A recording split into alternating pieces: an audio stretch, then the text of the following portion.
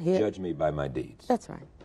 Arthur Ashe was here, the late Arthur Ashe, yes. and he said to me, as he said at one other place, he said, in a much-quoted comment, he said, living with AIDS is easier than living with racism.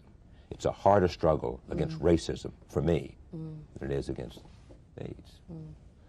What it meant to me is that there's no way for the rest of us to understand that daily encounter.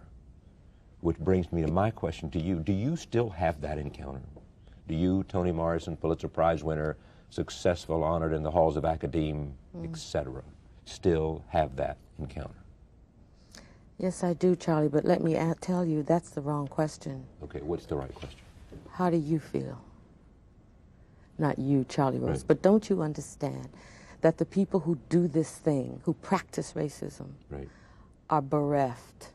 There is something distorted about the psyche. It's a huge waste, and it's a corruption and a distortion. It's a profound neurosis that nobody examines for what it is. It feels crazy. It is crazy. And it has just as much of a deleterious effect on white people, and possibly equal as it does black people. I always knew that I had the moral high ground all my life. I always thought those people who said I couldn't come in the drugstore and I had to sit in these funny places, I couldn't go in the park. You felt morally superior to them from day one. And I thought they knew that I knew that they were inferior to me morally. I always thought that. And my parents always thought that.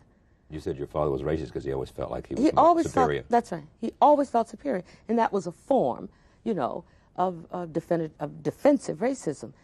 But if the racist white person, I don't mean the person who is examining his consciousness and so on, doesn't understand that he or she is also a race, it's also constructed, it's also made, and it also has some kind of serviceability.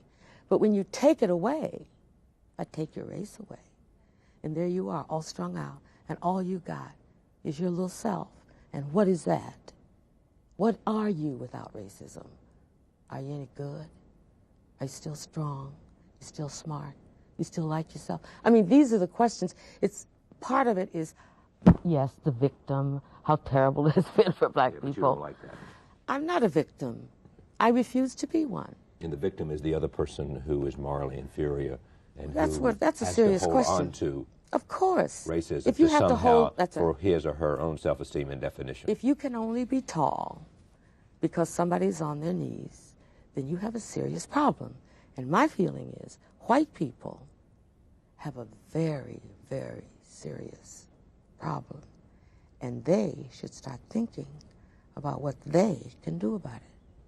Take me out of it. Then give white people some free advice. They're all in my books.